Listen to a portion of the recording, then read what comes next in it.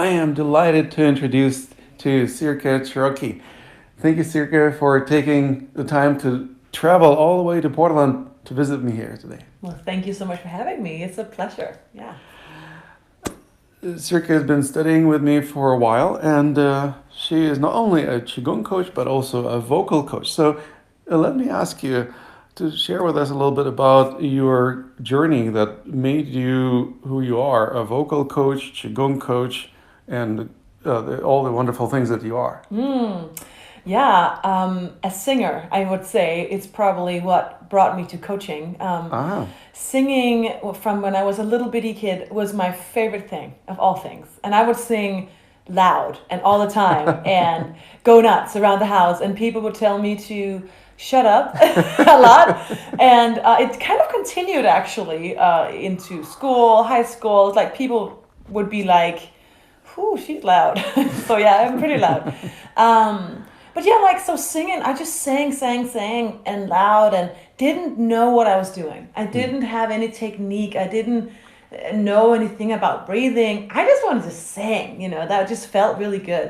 that's the Just expression. like get it all out there. Yeah. And then I started losing my voice and I started becoming really hoarse. And it was almost like I couldn't trust my own voice. I never knew if this was going to be a good concert where people would go home and be like, wow, that red-haired girl, she was really good. Or, ooh, she should take some coaching, right? So it was always hard for me to trust what I would get on the day. And that's frustrating when you start singing concerts because Right. you would like to perform something that people would love to listen to, not something that people go, oh.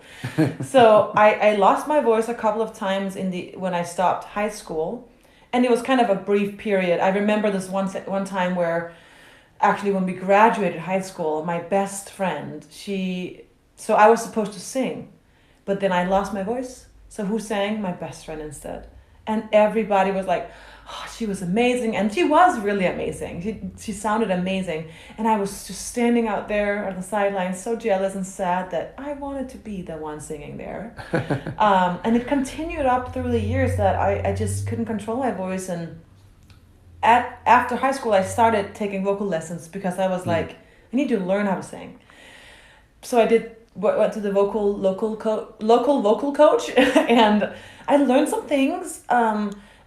But I still didn't feel like I could completely trust my voice, even though she took me through techniques and singing scales and do this and do that with your mouth and your throat, and it didn't really help me cure my core issue, which was losing my voice and becoming hoarse.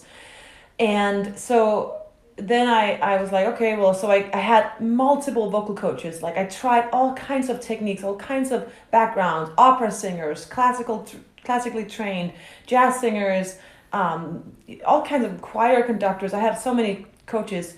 And then in 2011, I completely lost my voice, like completely for months. And at that time, I had just spent 3 years trying to get into the desired music school that would be the preparation for the Danish music conservatory, which was Right. the thing you go to if you want to become a real singer, right? Right. And I just got in. I spent 3 years auditioning because you can only audition once a year. And I finally got in and I was so good and it was rolling. I started my first band. I was doing concerts all over Denmark where I'm from with my gospel choir. Just like things were coming together, but then I lost my voice completely and it didn't come back, and it come back maybe a little bit, but and I was like, oh no. So I remember asking my choir conductor, can I just mime this concert? Can I just be like a lip syncer? I'll bring the energy, but I can't, my voice is not there. And he looked at me going, of course I love having you there, but I'm concerned about your voice because I think you should get it checked out by a doctor because this is not normal. And at that point, I was like, is it not normal to have a hoarse voice you can't control? Because that's all I've ever tried. But and another classical trained singer came to me, said you should probably get it checked. So I went to the doctor and he had a camera down my throat, looked at my vocal cords, and there he saw 2 blisters, or what you would call nodules or nodes on your vocal cords, basically cysts filled with blood. It was nasty looking. And so my vocal cords didn't function the right way. And at the time, I didn't know what that meant. Like vocal cords not functioning. So I had to kind of figure out, so how does vocal cords function? And I researched and I tried to find someone who could help me, mentor me so that I could get my voice back. And the guru, the Danish guru, had just opened, as vocal coach guru, just opened a singing education. And it was only for singers that had gone through a conservatory already. But she met me and she heard my voice and she made an exception. She said she heard potential in my voice, but she also knew that if I didn't get help now, I would never sing again. And my doctor had told me, you need surgery if you want to be a singer. You can't just go out and sing. You need to have surgery. And I was like, oh, a knife in my throat. No, I can't do that. So I went with this very, very expensive 2-year singing education to get to learn how to be a vocal coach and a singer, better singer. And 6 months in, via her really connecting me to my body and to the muscles that are tensed and just holding space for me, I healed my vocal cords so that the cysts went away. So so I went back to the doctor 6 months later and he looked down my throat and he was like, what did you do? This has never happened before. I've never seen this before. And then it was so awesome because I healed my hoarseness. And now the doctor and that vocal coach, of course, started working together because he was like, well, I want to sing singers to you rather than cut them, right? Cutting them. So it's awesome. Yeah. So that's what really brought me to, I need to be a vocal coach. I want to coach this. I want to help singers with this because that's what's so needed out there. Right. Yeah. Fantastic. Well, that's a great story and also a journey of overcoming adversity that you personally experienced. And I would also imagine that now people seek you out, especially if they want to become good singers, and perhaps not even singers. Do all people that come to you as coaching clients want to sing, or perhaps some of them come to you for some other reasons? Well, they come to me mostly because they don't like the sound of their voice. Like, that's the biggest reason. And then some of them like singing as a hobby. Some of them just are recording themselves speaking or trying to do video content and they just can't stand how they sound.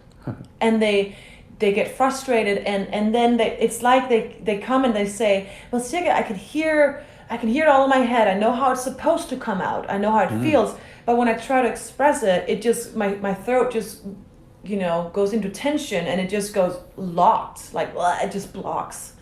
So I can't get it out. So it's really actually people who don't know how to express themselves. Like, don't know how to express their creative being. That's what I help them with. Fantastic. Well, is it something that you would be able to describe to us a little bit, like how you coach people? Like, what's the process? Yeah. Well, I wanted to say it's a come as you are with the voice that you have on that day process. It's like, come, just be you. I look at the whole person, so if you come to me and you feel anxious or sad or really, really, truly happy, then we go with that day because your voice will reflect that, right?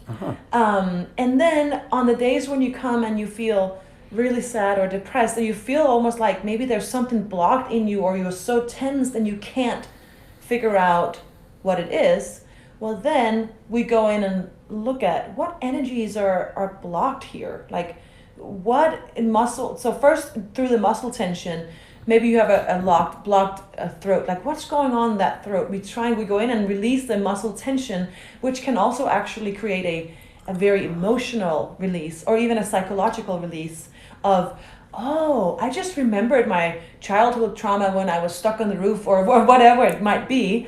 That scared me so much, so I dared not speak of it again.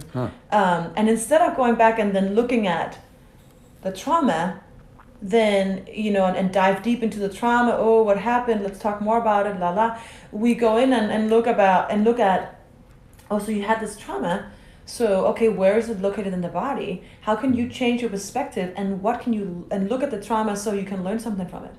Oh, And then brilliant. how can you bring that lesson into your life today so that you can actually learn to control your voice and be in control of your voice even on the days where you feel really, really sad, because then you know how to shift the perspective and go, oh, it's just a matter of changing my perspective so I can still express the emotion instead of letting the emotion take over my entire system. Brilliant. Yeah. And I would imagine that also when there is an emotion, there is a way to learn how to express that authentically, Yeah. rather than trying to suppress, oh, this emotion is not allowed.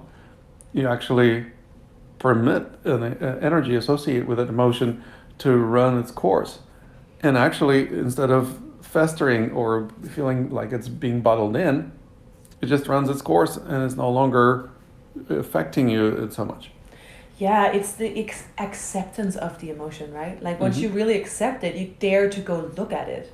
Once, if you Right. try and run away from it and push it away, it's this scary thing. It's almost like a fear of the feeling rather than Right. the fear of the fear. Or like it's like fear of feeling the feeling, right? Mm-hmm. So, but, and if I may just like tie in a story with that, like because when I was a young singer, right after my voice, when I healed my voice, technically, or like I was not hoarse anymore, then actually all hell broke loose because then all my emotions came out from the from all the times from I was 0 or like maybe 5 when I started singing till I was what 23 4 when I healed my voice. Mm. All of those times where I wanted to express something but couldn't because my voice was hoarse or I sounded raspy or I was tensed.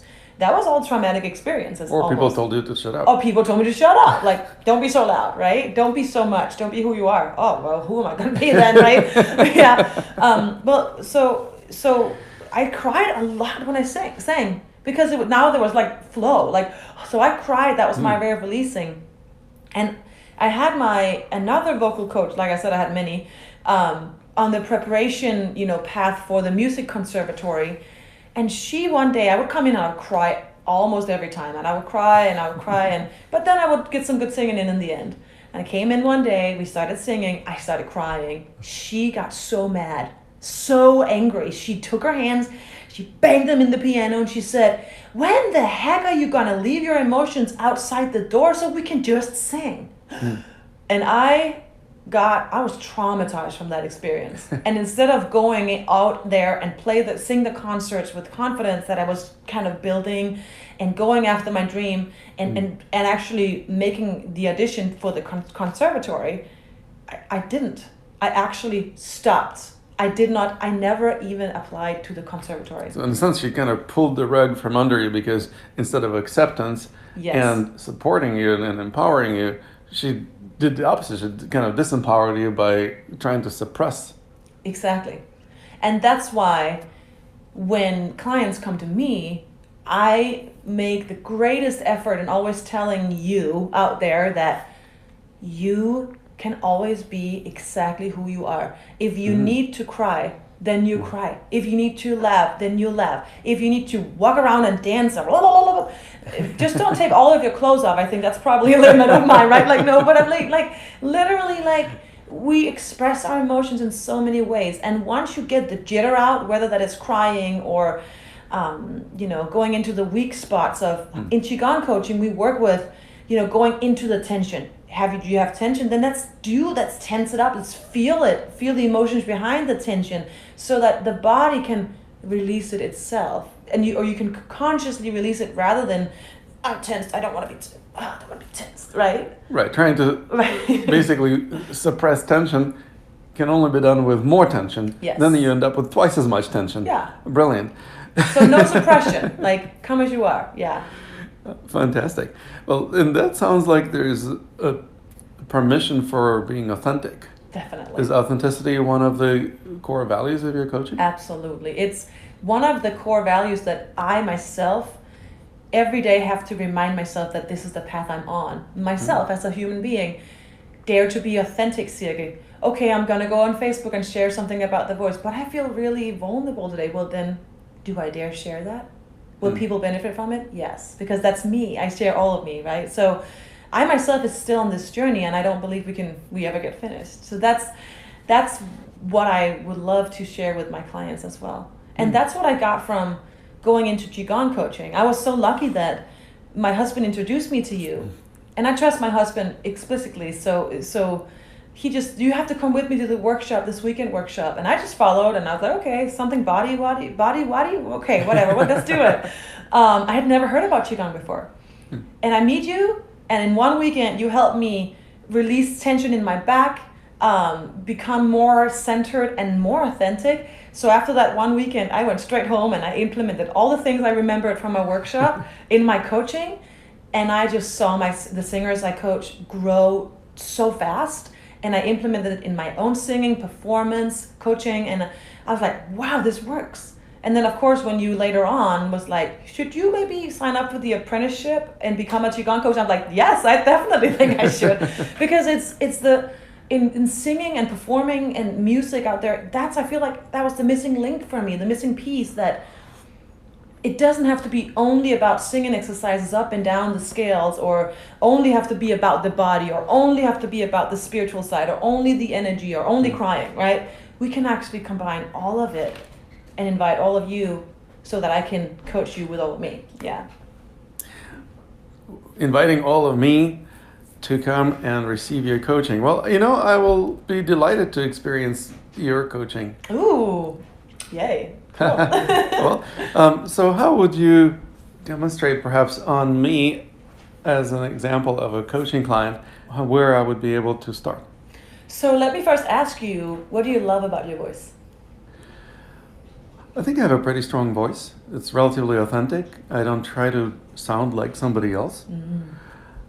There is a reasonable variety, but I think also I could be more varied in my vocal expressions. English being my third language, I think my voice is often a bit monotone. I've record a lot of videos and produce podcasts and all kinds of things where I can listen to myself. I don't have any negative judgments about myself, like, oh, I sound terrible. But I could certainly see that there's room for improvement. Yeah. So would you say that the improvement would be to have a more varied voice, or have more dynamics in your voice? Or yes. Is that what you're saying? Okay. Yeah, okay, beautiful. Well, English is only my second language, so I can only imagine how it is to be your third language. And that definitely will do something to your voice, that you suddenly have to speak with different sounds, and you think more about the words that come out rather than just let them come out, right? Or at least that's how I feel when I try and speak English every day. Yeah, sometimes it's like, how do you say this in this language? Yeah, exactly.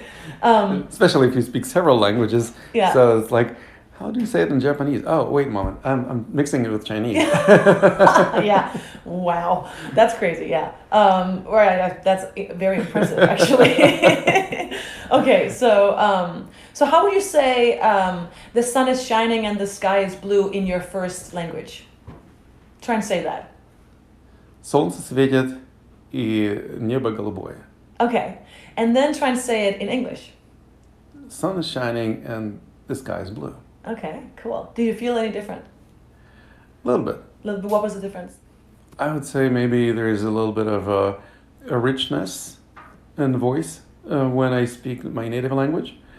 And there's a little bit less of that, like a little bit more shallow, so to speak, expression when I speak in English. Wow, you have a beautiful awareness of your voice already. Huh. See, that was hard for me to say, awareness and voice. Yes. Just talking. So when you speak in Russian, right? Yes. Yeah. Then you have a tone that is more, it sounds like more of a core voice, your core truth, your true voice, which is like, I love working with your true voice.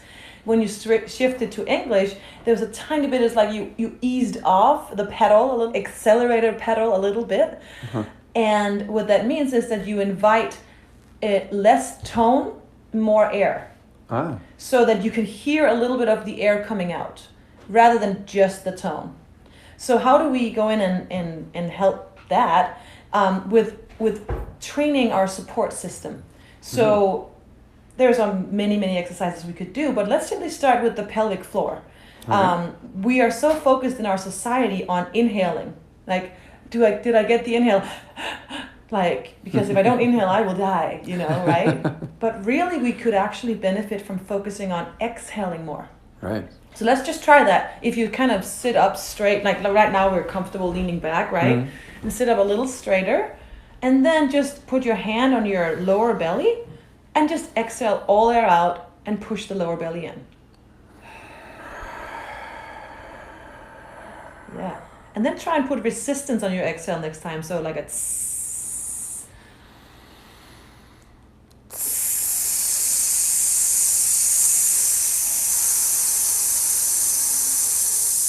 Yeah, let's do that one more time.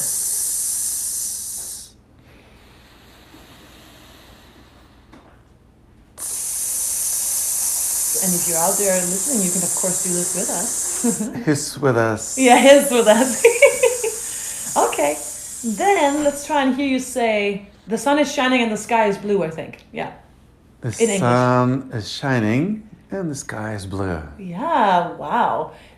There was so much more warmth in your voice this time. Did you notice that? I did. Much more tone and sounded Right. more relaxed. Yeah, because now I looked at the way you hold your body too. It's like you gave your tongue, which is attaching down here, right? All right. You gave your tongue a little bit of a break, so there was not as much tension coming here because now there was more flow because your pelvic floor was engaged. That's right. Isn't that beautiful how that works? It's beautiful. So let's just for the fun of it, since we talk about tongue, since we in Qigong coaching like going into the weak link or into the tension. And if a muscle is tensed, it means that it is weak, not Indeed. that it's strong, right? Absolutely. So if we go into your tongue tension, can you simply pull back your tongue, almost like you feel like you swallow it? And everyone can do this too out there. So you pull it back and then you breathe here while you just hold that tension. And don't go so far so it hurts you. Only go to your edge. We don't want to hurt yourself. The whole saying that no pain, no gain, it doesn't apply here. So just keep holding that tension in your tongue and breathe. And just notice your breathing pattern. There you go. That's a good sigh of relief. And when you feel a sigh of relief, you can let the tongue go a little bit and maybe go back into tension, but not as much tension. Yeah. And when you feel another sigh of relief, then you can release the tongue a little bit more. Yeah, you might feel something going on in your neck too. This affects the neck for sure. And just notice your breathing pattern. And once you let go of have another sigh of relief, then you can kind of let the tongue go a little bit more. Yeah, and then just try and let your tongue hang and see if it can connect with the teeth and the back of the teeth down here. Just hang on. And then just open your mouth and stretch out your tongue. And then a little bit, not too much, we'll kind of go put a hand on your chest and have your tongue out and look up slightly to lengthen the tongue a little bit. But not too much. Some people will go all way up, but we don't want to overstretch the tongue because then it becomes real angry with us. Yeah, we don't want that. So then try and close your mouth around your tongue and look up slightly. And just feel how it lengthens the tongue. And you can go side to side a little bit.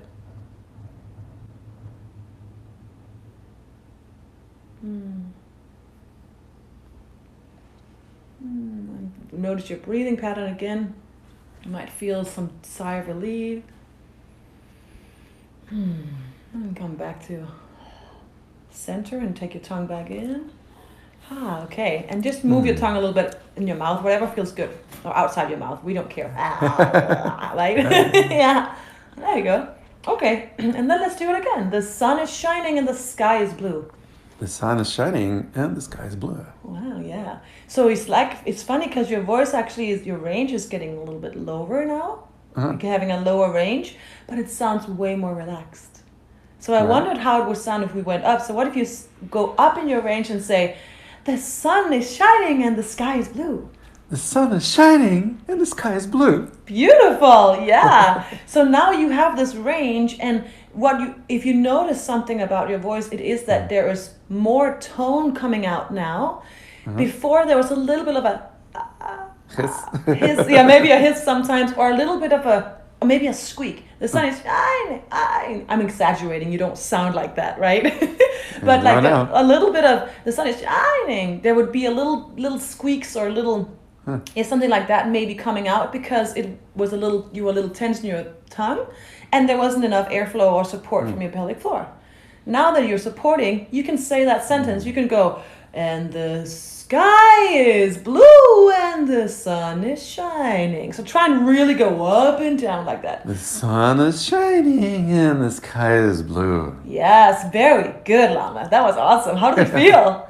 Good. There was one part of that spectrum of voice that had a little glitch in it. A little bit of a break. Yeah. Yeah. And that happens when we shift gear between our chest voice and our head voice. Chest voice, head voice. And there's like a gear shift in the middle, which is called the middle voice. Right. So, and that takes maybe a little longer to go through that. But you dared to still go into that break rather than running away from it. And that I want to really compliment you for, because you just noticed it. Oh, there's a little weak link there. Well, that's maybe then where we would focus next. Like going into the weak link. Right. And maybe even ask you like the story about your voice.